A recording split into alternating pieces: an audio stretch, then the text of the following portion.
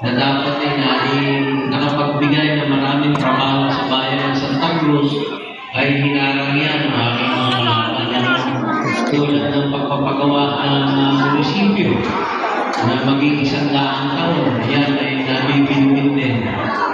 Anyway, makinig muna rin. Talagang mga nakapagpapalitos na kayo. Pero meron na akong naisa katuparan proyekto, magandang papasko sa bayan ng Santa Cruz. Makakapagtayo po tayo ng dialysis center sa ating bayan. At alam nyo kung saan ilalagay.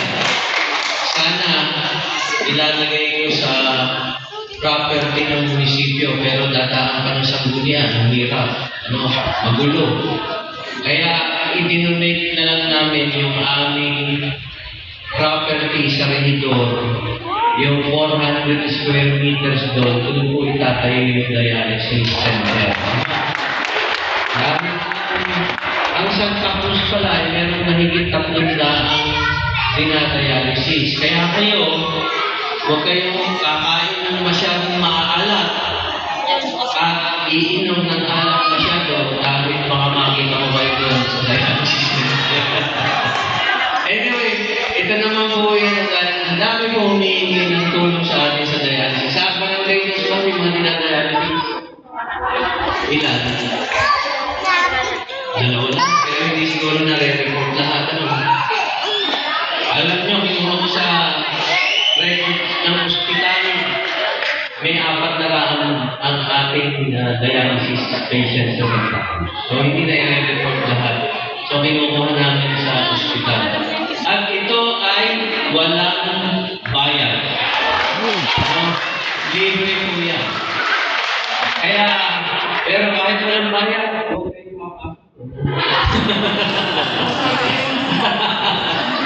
Anyway, yan naman kasing pagtanda natin, lalo yung pagbigay ng mga ating kidney ay hindi maiiwasan. So, nakahanda tayo sa ating mga kababayan para po. Kasi napakamahal pa lang yan. Sa isang pasyente, sa isang taon ay 6,800, 3 beses isang linggo. Ano? Alam mo?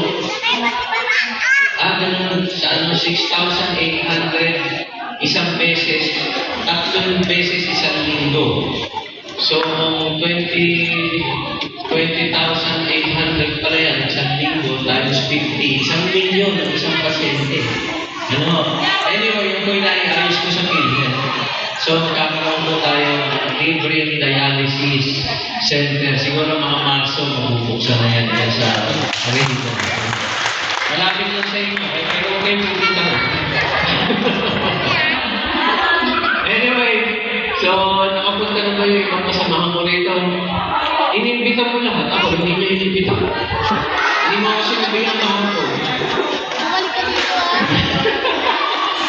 Pero yung mga ay wala akong bukas, may kasal akong bukas eh. Ano? Oo nga, sayang. Diba? So, Merry Christmas and Happy New Year at